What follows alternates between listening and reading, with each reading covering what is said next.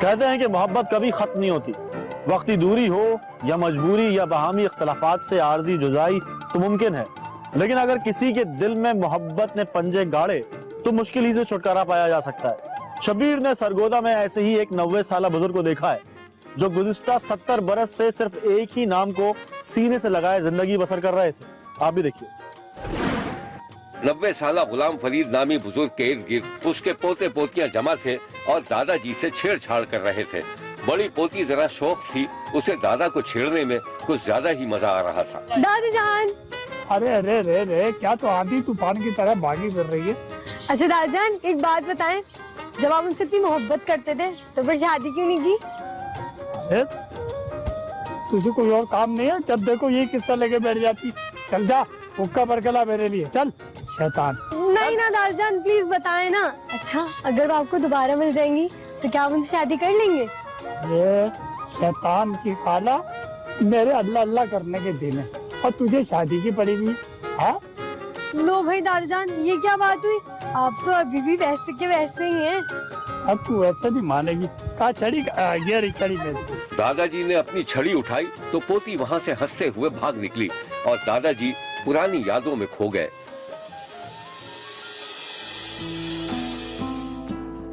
यह आज से कोई 70 बरस पहले की बात है। 20 साला गुलाम फरीद अपनी बकरियों को चराने के लिए निकला तो गांव जहांवरियां से गुजरते हुए उसकी नजर रानी नामी लड़की पर पड़ी जो उधर से गुजर रही थी। गुलाम फरीद रानी को देखकर हैरान रह गया। वो उसे काफी देर तक देखता रहा और रानी गुलाम फरीद से बेखबर कुछ देर में गायब हो गई।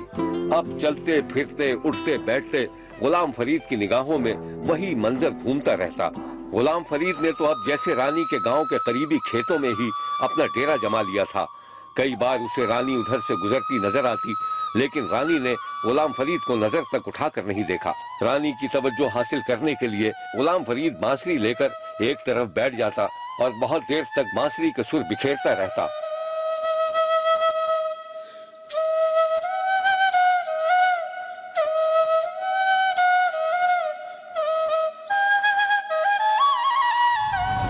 नौबत यहाँ तक पहुँच गई थी कि गुलाम फरीद अक्सर रात में भी रानी के घर के करीब बांसुरी बजाने लगा। फिर एक दिन सुरीली बांसुरी की आवाज ने रानी को चौंका दिया।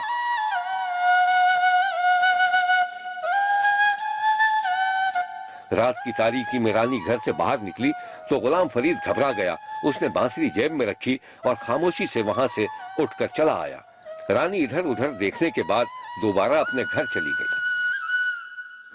गुलाम फरीद के घर वालों को गुलाम फरीद के पागलपन का इल्म हुआ तो वो अपने बेटे का रिश्ता लेकर पहुंच गए। शब्बीर ने देखा कि गुलाम फरीद की माँ दिल बर्दाश्ता होकर रानी के घर से निकल रही थी, क्योंकि रानी के घर वालों ने रिश्ता देने से इनकार कर दिया था। गुलाम फरीद की माँ घर पहुंची तो गुलाम फरीद माँ का चेहरा देखकर ही समझ गया कि रिश्ते से इनकार हो गया था। गुलाम फरीद ने माँ से कोई सवाल नहीं किया। वो खामोशी से बकरियां चराने के बहाने घर से निकला और एक जगह उदासी के आलम में बैठ गया। वो मनाजिर उसकी आंखों में घूमने लगे। जब एक दिन मौका पाकर गुलाम फरीद ने रानी से दिल की बात कही थी और रानी ये बात सुनकर वहां से भाग निकली थी।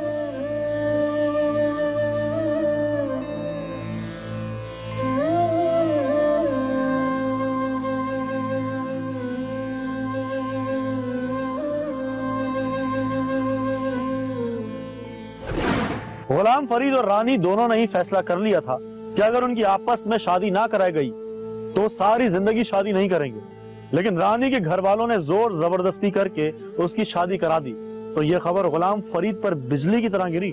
आप भी देखिए। उस रात गुलाम फरीद सो नहीं सका। उसे रह रहकर रानी याद आ रही थी। उस रात गुलाम फरीद की बांसुरी में बला का दर्द था। उसे हर सांस में यूं लगता था कि रानी उसके सामने खड़ी मुस्कुरा रही हो, मगर ये सब धोखा था। उसका हकीकत से कोई ताल्लुक नहीं था। फिर शब्बीर ने देखा कि गुलाम फरीद घर के बाहर ही चबूतरे पर बैठे बैठे सो रहा था। गुलाम फरीद की माँ किसी काम से बाहर निकली तो बेटे को देखकर दंग रह गई। अरे बेटा गुलाम फरीद, यहाँ सो रहे, दीवाना हो गया। चल बेटा चल, अंदर चल, चल शाबाश, अंदर चल। गुलाम फरीद ने खाली खाली आंखों से माँ को देखा और चुपचाप घर के अंदर चला गया।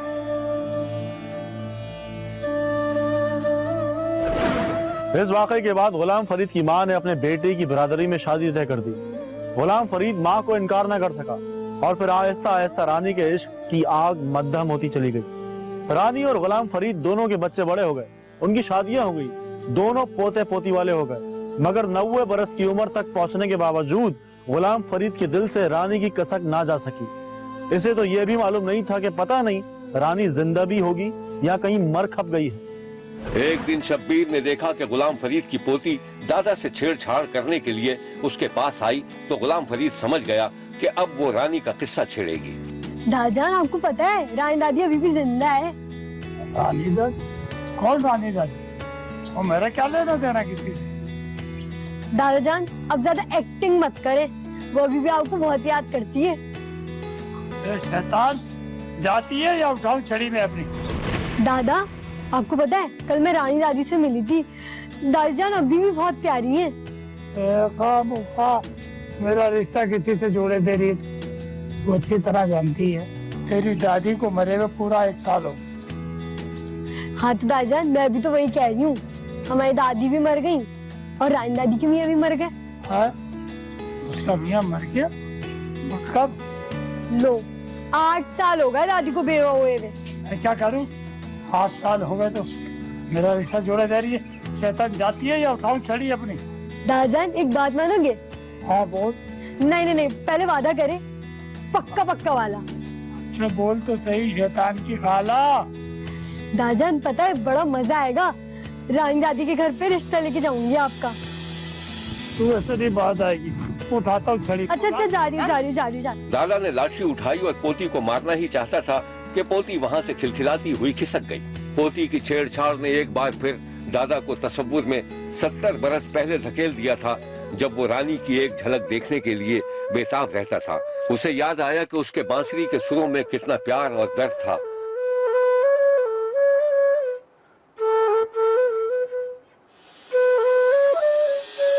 दादा ने फौरन अपने ख्यालात को झटका, अपनी जगह से उठा और लाठी टेकता हुआ घर से बाहर निकल ही रहा था कि पोती फिर सामने आ गई।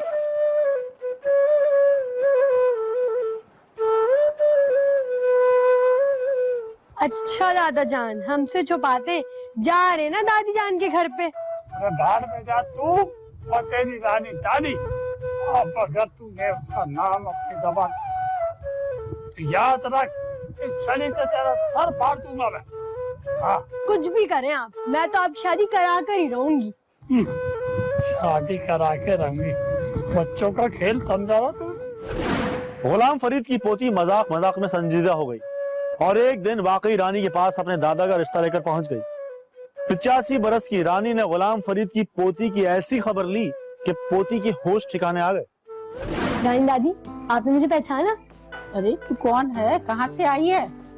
मैं बराबर वाले गांव से आई हूँ, गुलाम फरीद की पोती हूँ। क्या बताया तूने, किसकी पोती है? गुलाम फरीद की? हाँ हाँ दादी, गुलाम फरीद की पोती। आप जानती है ना मेरे दादा को? हाँ कुछ याद पड़ता है। गुलाम फरीद जिंदा है या मर गया? क्यों मरेंगे मेरे दादा, आप देखिएगा अभी तक वैसे के वैसे ही हैं। अरे मुझे क्या जरूरत पड़ी है देखने की, तेरी दादी जिंदा है? नहीं, उनका तो 1 साल पहले इंतकाल हो गया और जब से दादी का इंतकाल हुआ है दादा अकेले पड़ गए हैं। अरे तो तुम पोते पोतियाँ क्या करते हो? दादा की खिदमत ही करते क्या? करते हैं दादी, लेकिन वो आपको बहुत याद करते हैं। अरे तू क्या बावली हो गई है बेशरम? हाँ हाँ दादी, ये तो मानेंगी ना कि आपको मेरे दादा अभी भी बहुत अच्छे लगते हैं। अरे अब तो जमाना हो गया, कमर में पाँव लटक रहे हैं, ये देखो सारे बाल सफेद हो गए। लो दादी आप भी कमाल करती हैं, बाल सफेद हुए, मेहंदी लगा लेंगी तो बिल्कुल शहजादी लगेंगी। अरे कम वक्त क्यों मुझे छेड़े जा रही है, बता बात क्या है? दादी अपने दादा का रिश्ता लाई हूँ आपसे, हाँ कर देना। अभी हाँ करती हूँ, चल छोड़े यहाँ से, कम वक्त, जरा मेरा डंडा तो ला। तो फिर दादी मैं हाँ समझू ना? निकल यहाँ से चुड़ैल कहीं की। रानी दादी ने कांपते हाथों से पोती को जूती खींचकर मारी और पोती वहां से भाग निकली।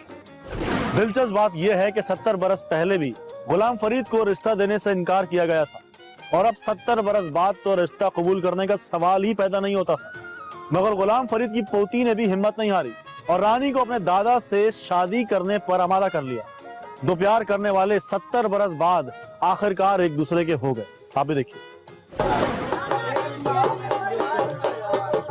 इस अनोखी अफसानवी शादी की खबर शब्बीर को मिली तो वो भी शिरकत के लिए पहुंच गया। शब्बीर के कानों में गोरी घूंघट में शर्माए वाला गीत गूंज रहा था। गोरी घूंघट में शर्माए, गोरी घूंघट में शर्माए। फिर शब्बीर ने देखा कि वाकई 90 साला गुलाम फरीद और 85 बरस की रानी एक दूसरे के साथ हार फूल पहने बैठे हुए थे और दोनों के पोते पोतियां खुशियां मना रहे थे। ये है वो मनाजिर।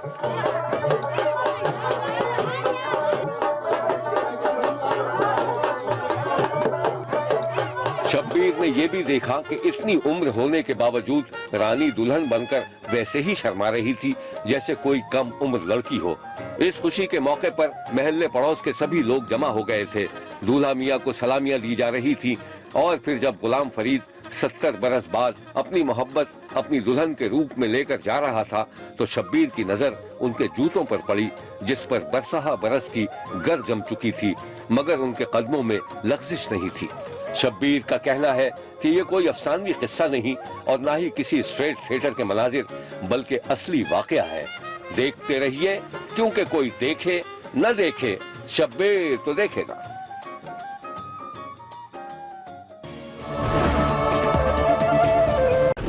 शब्बीर का कहना है कि हमारे इर्द गिर्द लातादाद ऐसे लोग मौजूद हैं जिनके दिल पत्थर हो चुके हैं, खल्क़ खुदा को पांव की जूती समझते हैं और कमजोरों पर जुल्म करना अपना हक समझते हैं। शब्बीर ने सियालकोट में ऐसा ही एक संदिली का वाकया देखा है। शब्बीर को वो रात कभी नहीं भूलेगी जब सना की माँ जिंदगी की आखिरी सांसें ले रही थी और 12 साला सना हर किस्म के जज्बात से आरी अपनी माँ को हैरत से देख रही थी। माँ के लरसते कांपते हाथ बेटी की तरफ पड़ रहे थे और बेटी इस खबर से अनजान थी कि उसकी माँ शदीद तकलीफ में थी। फिर शब्बीर ने देखा कि सना माँ के पास ही चारपाई पर बैठ गई। माँ ने बेटी को प्यार करने की कोशिश की लेकिन उस पर खांसी का ऐसा दौरा पड़ा कि सना घबरा कर खड़ी हो गई। सना की समझ में कुछ नहीं आया कि वो क्या करे। उसने कुछ दूर रखी बोतल से गिलास में पानी उड़ेला मगर गिलास उसके हाथ से छूट गया। सना ने एक नजर गिलास को देखा और एक नजर अपनी माँ को, मगर अब माँ खामोश हो चुकी थी। सना ने जमीन से गिलास उठाया, दोबारा पानी भरा और उसे लेकर माँ के पास पहुंच गई। वो गिलास लिए माँ को हिलाती जुलाती रही और जब माँ ने कोई रद्दे अमल जाहिर नहीं किया तो वो हैरान हो गई। उसे इतनी समझ बूझ भी नहीं थी कि उसकी माँ उसे छोड़कर दूसरी दुनिया में जा चुकी थी। सियालकोट की रिहायशी सना किसी हद तक जहनी माजूर थी। उसका दिमाग और जिस्म उम्र से छोटा रह गया था। सना की माँ के मरने के बाद उसके बाप ने अपनी बेटी की देखभाल के लिए दूसरी शादी कर ली। वक्त गुजरता चला गया और देखते ही देखते सना 20 बरस की हो गई, लेकिन उसका जिस्म और दिमाग 8 बरस के बच्चे से ज्यादा न था। सना एक बेजबान और रोबोट किस्म की बच्ची बन गई थी। शब्बीर ने एक दिन देखा कि सना की सौतेली माँ ने सना को आवाज दी तो वो उछलते कूदते अपनी सौतेली माँ के पास पहुंच गई। फिर शब्बीर ने देखा कि सौतेली माँ सना को बर्तन धोने के बारे में हिदायत दे रही थी और सना हैरानी से सौतेली माँ की बात सुन रही थी। आंगन में नल के नीचे बर्तनों का ढेर लगा हुआ था। सना खामोशी से बैठ के बर्तन धोने लगी। सौतेली माँ बुर्का ओढ़कर घर से बाहर निकल ही रही थी कि इस दौरान सना की चची जो पड़ोस में रहती थी घर में दाखिल हुई तो सना को बर्तन धोता देखकर उसकी आंखों में आंसू आ गए। अरे मेरा बेटा, ये क्या कर रही हो तुम? अम्मा ने अच्छी तरह बर्तन धोने को कहा है।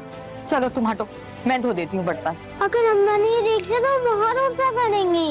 नहीं करेंगी तुम्हारी अम्मा गुस्सा। मैं कहूँगी कि ये सारे बर्तन सना ने धो दिए। चाची ये देखो मैंने पतीली कितनी अच्छी साफ करी है ना। सना की चची ने एक नजर पतीली की तरफ देखा और एक नजर सना के मासूम चेहरे पर डाली तो वो अपने जज्बात पर काबू न रख सकी, मगर उसने मुस्कुराते हुए अपने आंसू छुपा लिए और रगड़ रगड़ कर बर्तन मांजने लगी। सना चाची के पास से हटकर अपनी गुड़िया उठा लाई।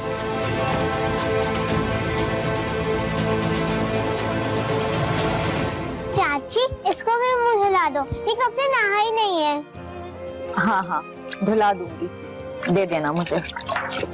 अभी चाची बर्तन धो ही रही थी कि सना की सौतेली माँ भी वापस आ गई।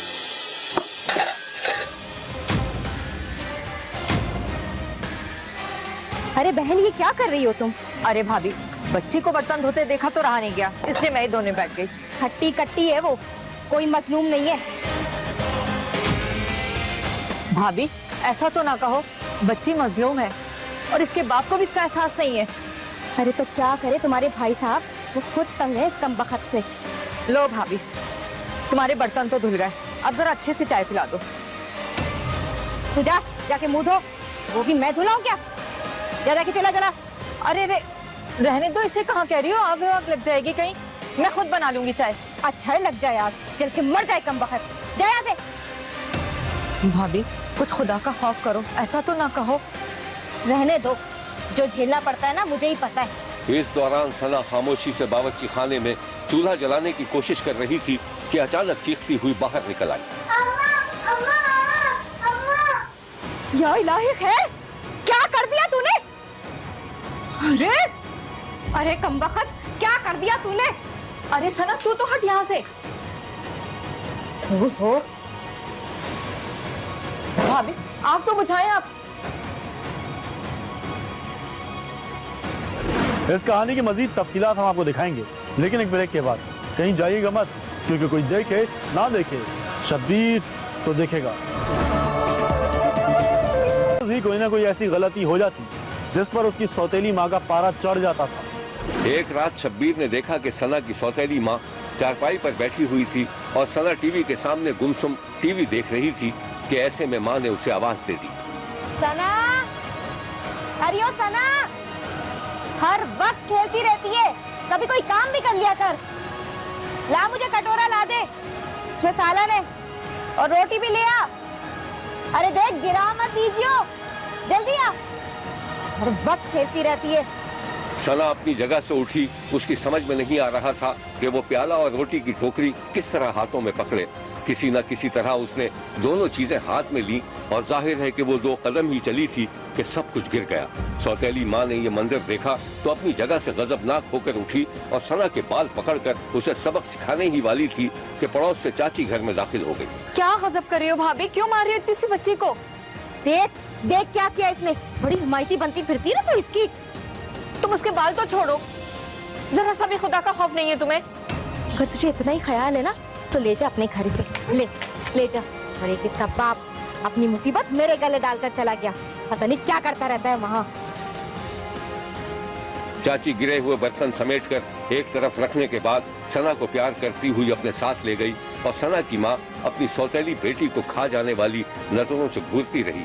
सना अपनी चाची से इस तरह लिपटी हुई थी जैसे वो उसकी आखिरी उम्मीद हो। सना पर अब उसकी सौतेली माँ ने मुसलसल तशद्दुद करना शुरू कर दिया था। अक्सर रातों को सौतेली माँ के दहाड़ने और सना के रोने की आवाज आती तो चची का दिल सहम जाता। सना की चची ने ये दिल खराश चीखें सुनी तो घर से निकलकर जोर जोर से सना का दरवाजा खटखटाना शुरू कर दिया। दरवाजा सना की माँ ने इंतहाई गुस्से के आलम में खोला। उसके बाद सना की चची ने सना की जो हालत देखी वो नाकाबिले बयान है, और ये है वो मनाजिर।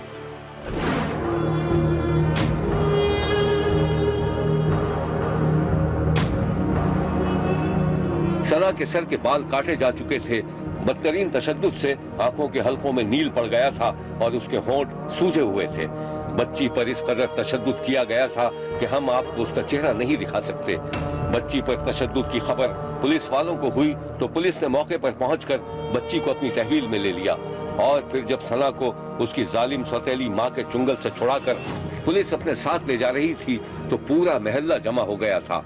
इस बदतरीन वाक़े के बारे में पुलिस ने जो कुछ बताया था वो ये है। बच्ची अब नॉर्मल है, थोड़ा सा 18 साल की उम्र है उसकी, लेकिन देखने में वो फिजिकली ग्रोथ और फिजिकल और मेंटल ग्रोथ उसकी प्रॉपर नहीं है। देखने में 8-10 साल की लगती है। उससे पूछा है, उसने कहा कि मुझे मामा ने मुझे मारा है, तशद्दुद किया है। महल्लेदारों से, रिश्तेदारों से भी तस्दीक की है, पहले भी बच्चों को मारती है। सौतीली माँ है, बाप जो है बरूने मुल्क होता है।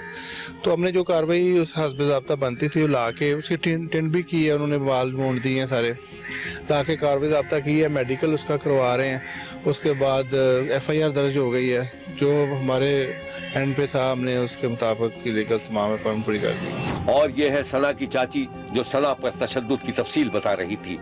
ते पहले भी अक्सर मतलब कि सुनन अंदर आया, क्योंकि बच्ची मां दे सामने डरदी नहीं दसदी कि नहीं मामा मारदी है, ਤੇ ਕੱਲ ਮੇਰੀ ਬੱਚੀ ਵੱਡੀ ਗਈ ਕਹਿੰਦੀ ਮਾਮਾ ਬੜੀ ਅਮੀ ਨੇ ਤੇ ਵਾਲ ਕੱਟ ਦਿੱਤੇ ਨੇ। ਮੈਂ ਸਵੇਰ ਪੁੱਛਿਆ ਮੈਂ ਤੂੰ ਕਿਉਂ ਵਾਲ ਕੱਟੇ ਨੇ, ਕਹਿੰਦੀ ਦੇ ਸਿਰ 'ਚ ਕੁਛ ਕੀ ਐਲਰਜੀ ਤੇ ਤਾਂ ਇਹਦੇ ਮੈਂ ਵਾਲ ਕੱਟੇ। ਲੇਕਿਨ ਜਿਹੜਾ ਵੀ ਦੇਖਿਆ ਮੈਂ ਡਾਕਟਰ ਦੇ ਵੀ ਲੈ ਕੇ ਗਈ, ਉਹਨਾਂ ਇਹ ਕਿਹਾ ਚੋਟ ਹੈ ਤੇ ਚੋਟ ਦੀ ਵਜ੍ਹਾ ਤੇ ਨੀਲ ਪਏ।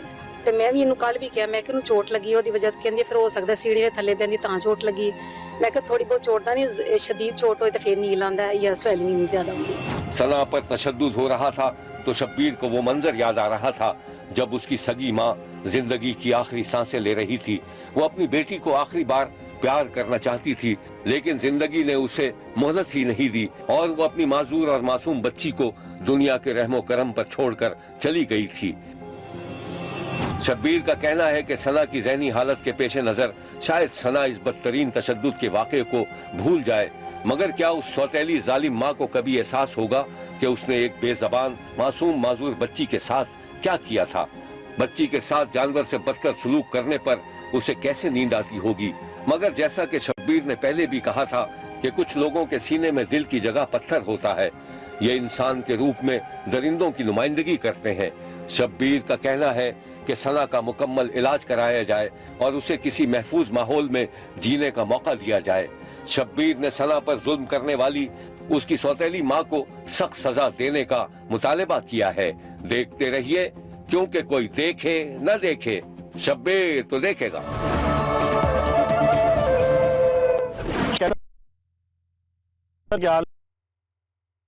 अस्पताल में कैंसर है या नहीं, मरीज सवालों के कैंसर के आलमी कराची के अस्पताल दंग ऐसे बदी शब्बीर ने ये बच्चों थे, बच्चों के इलाज से उनके मासूम मुब्तला होने के से अपना वक्त में अस्पताल में बच्चे को इलाज अस्पताल के अस्पताल उसके मुताबिक सहूलत फराहम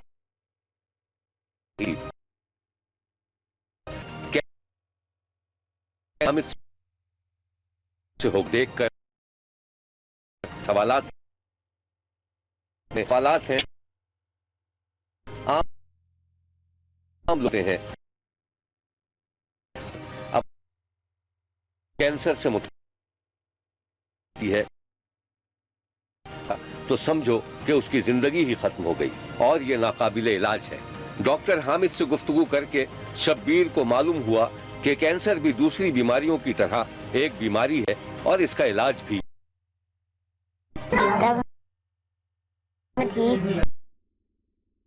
पता चल मोटी मैंने क्या हुआ फिर खून के सरतान के हवाले से मालूमात ली तो पता चला कि पाकिस्तान में अंदाजन 10,000 बच्चे हर साल खून के सरतान में मुब्तला हो जाते हैं। सवाल ये है कि आखिर कैंसर क्या है। ये वो सवाल था जो शब्बीर ने कैंसर स्पेशलिस्ट से सबसे पहले किया। कैंसर का मतलब ये है कि एबनॉर्मल सेल्स की एबनॉर्मल रफ्तार से ग्रोथ कैंसर होती है। अब ये जिस जगह पे नमूदार होगी उस जगह कैंसर कर देगी। अगर हड्डी के गुदे से निकलेगी तो हड्डी को गुदे कैंसर कर देगी। अगर ब्रेन में निकलेगी तो ब्रेन ट्यूमर कर देगी। अगर हड्डी में से निकलेगी तो हड्डी का कैंसर कर देगी। किडनी में से निकलेगा तो किडनी का कैंसर कर देगी। तो इस लिहाज से जिस जगह का रसौली होगी उस जगह का कैंसर होगा। अच्छा, बच्चों में कैंसर जो है वो बड़ों के मुकाबले में इसलिए मुख्तलिफ है कि बच्चों में कैंसर काबिल इलाज होता है। हमारे हिसाब से कुछ कैंसर जैसे खून का कैंसर है उसकी कामयाबी का तनासुब 70-80 तरक्की याफ्ता ममालिक के अंदर 90% को टच कर रहा है। बच्चों में खून के सरतान की बात हो रही थी कि ये सवाल भी सामने आ गया कि आखिर वो क्या अलामात हैं जिन्हें देखकर वालिदैन अपने बच्चों को डॉक्टर के पास ले जाएं। कॉमन अलामात जो होती हैं बच्चे में अनएक्सप्लेन खून का कम होना यानी हीमोग्लोबिन का कम हो जाना, बच्चे के जिस्म में गिल्टियाँ निकलना यानी छोटे साइज में गर्दन या बगल या किसी हिस्से में गुल्टियों का नमूदार होना, बुखार एक खास वक्त से ज़्यादा रहना, यानी अगर बच्चे को बुखार आपके 2 हफ्ते से ज़्यादा हो गया है तो उसको आप लाइट नहीं ले सकते, समथिंग सीरियस, फ़ौरन डॉक्टर से रुजू करें। इसी तरीके से जिसम पे धब्बे पड़ रहे हों वो भी वाइट सेल्स यानी प्लेटलेट्स कम होने की अलामत होती हैं। इसी तरीके से किसी बच्चे को अगर किसी जगह पर उभार आ रही है, लंप आ रहा है, सूजन आ रही है, जैसे हड्डी में कुछ सूजन आ रही है, पेट में अलग कोई उभार आ रहा है, गर्दन में कोई गिल्टी नमूदार हो रही है, तो ये खुदा ना खास्ता कैंसर हो सकता है। कैंसर स्पेशलिस्ट की हौसला अफजा बातें सुनकर शब्बीर ने सुख का सांस लिया और फिर खुसूसन बच्चों और उमूमन बड़ों में कैंसर की बीमारी के मुख्तलिफ असबाब पर भी बात हुई।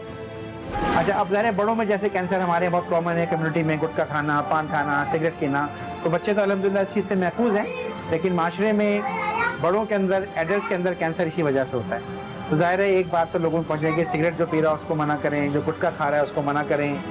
अल्हम्दुलिल्लाह शराब हमारे अल्लाह का शुक्र है नहीं पी जाती है, वरना जिगर का कैंसर जो है वो शराब की वजह से होता है। कैंसर का इलाज पेचीदा भी है और उसके अखराजात आम आदमी की पहुंच से बाहर हैं। इसके अलावा मुल्क में कैंसर के इलाज के लिए मुफ्त सहूलतों का फुकदान और माहिरीन की कमी भी इस बीमारी से लड़ाई में रुकावटें खड़ी कर देती है।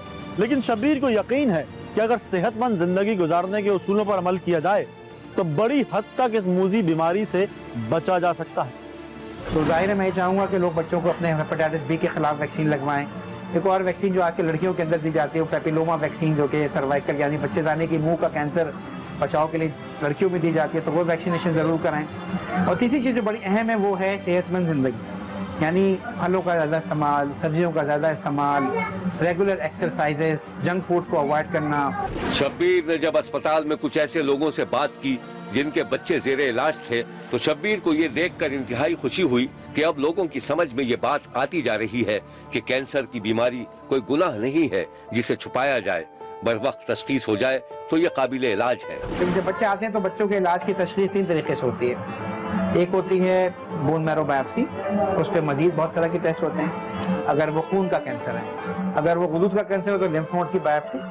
हमारे लोगों में ये भी गुमान है कि खुदा न खास्ता बायोप्सी करने से कैंसर फैल जाता है, क्योंकि बहुत स्ट्रॉन्ग है बिलीफ हमारे लोगों के अंदर, माशरे में फैला हुआ है कि बायोप्सी नहीं करना, बायोप्सी करेंगे ट्यूमर को छेड़ा आपने तो वो और फैल जाना है। तो ये कंसेप्ट गलत है, इसको ठीक होने की जरूरत है। अर्ली डायग्नोसिस होगी उससे और इलाज में अर्ली मदद आएगी, अर्ली बीमारी शुरू होगी तो बायोप्सी की जाती है। इसके अलावा जो सॉलिड कैंसर होते हैं यानी ठोस कैंसर होते हैं उनके अंदर CT स्कैन कराते हैं, MRI करते हैं। ब्रेन ट्यूमर बच्चों में दूसरा और तीसरा सबसे कॉमन कैंसर है, उसके अंदर MRI किया जाता है कि वंस आपको पता चल जाए इन टेस्टों की रोशनी में कि बच्चे को ये कैंसर है तो फिर उसके इलाज 2 तरीके से होता है। अगर खून का कैंसर है तो कीमोथेरेपी, और अगर सॉलिड ट्यूमर यानी ठोस कैंसर है तो सर्जरी और कीमो। शब्बीर कैंसर के मर्ज में मुब्तला बच्चों के अस्पताल में था कि इस दौरान उसे कई ऐसी सच्ची बीतियां याद आ गईं जिनका ताल्लुक सीने के सरतान में मुब्तला होकर शिफायाब होने वाली खवातीन से था। इन खवातीन का कहना था कि इलाज के दौरान उन्हें कई मसाइल का सामना करना पड़ा, लेकिन बिलाखिर वो बीमारी को शिकस्त देने में कामयाब हो गई। कराची के बाद शब्बीर ने लाहौर में शौकत खानम मेमोरियल कैंसर अस्पताल में भी माहिरीन सरतान से बातचीत की थी।